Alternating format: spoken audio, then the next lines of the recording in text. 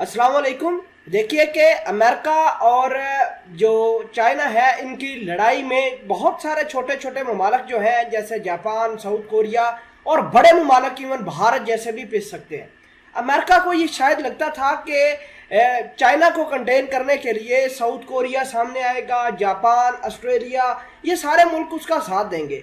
लेकिन अमेरिका ने अब कहा है कि मैं अपने मसाइल को डिप्लॉय करना चाहता हूँ आपके ममालिक के अंदर।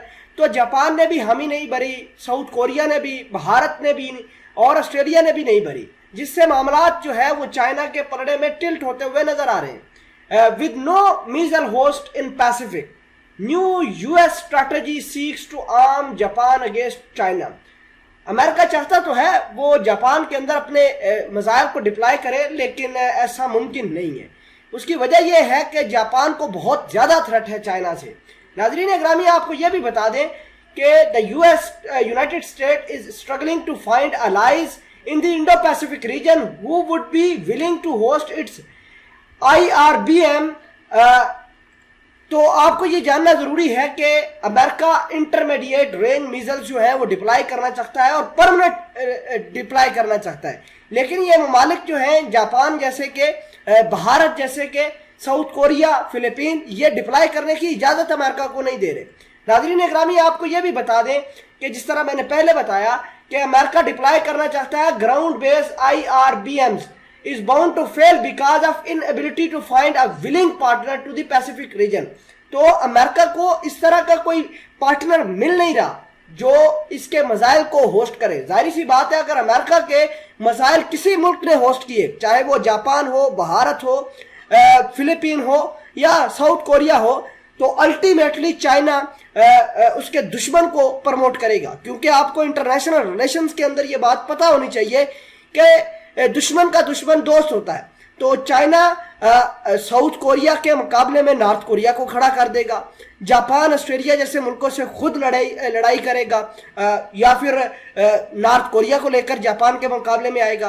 भारत की ऑलरेडी टसल है चाइना के साथ। जून 2020 के अंदर क्या मामलात हुए थे गलवान वैली के अंदर, वो भी आपके सामने है। तो ये मामलात चल रहे हैं। चाइना वाज, आपको यह भी बता दें कि अमेरिका ने 2019 के अंदर एक INF यानी intermediate range nuclear force treaty sign की थी।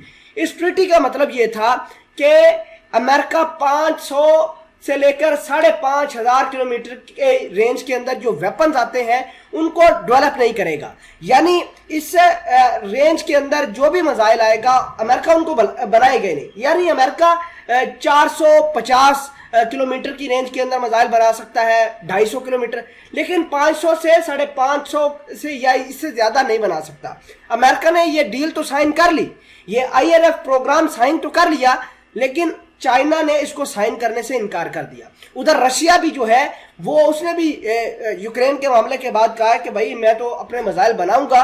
तो अमेरिका ने ये डील साइन करके फंस गया है। चाइना लगातार इस तरह के वेपन्स बना रहा है और इस तरह के वेपन्स डिप्लॉय भी कर रहा है, जिससे अमेरिका की सॉवरेनिटी और अमेरिका के अलाइज जो जापान है, भारत है, फिलीपीन है, साउथ कोरिया है, इसी वजह से डर रहे हैं। China was not the signatory of INF and had developed missiles of its own. American eyed the Indo Pacific region. तो आप खुद अंदाजा लगाइए कि चाइना किस तरीके से ये मामलात को चला रहा है, किस तरीके से ये मामलात को डेवलप कर रहा है।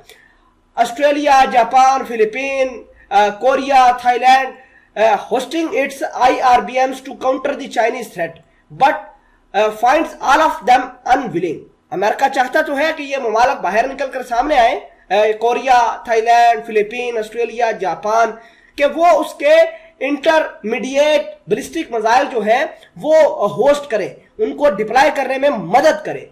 लेकिन ये सब ममालिक को चाइना से थ्रेट भी है और इसी वजह से but they find all of them unwilling, ये इसी वजह से ये मामला सेटल नहीं हो पा रहे। तो चाइना को इस हवाले से एडवांटेज है पैसिफिक ओशन के अंदर, जितने मर्जी तरीके से वो वेपन्स डिप्लॉय करे, जितने बड़े रेंज के डिप्लॉय करे, इसको कोई पूछने वाला नहीं होगा।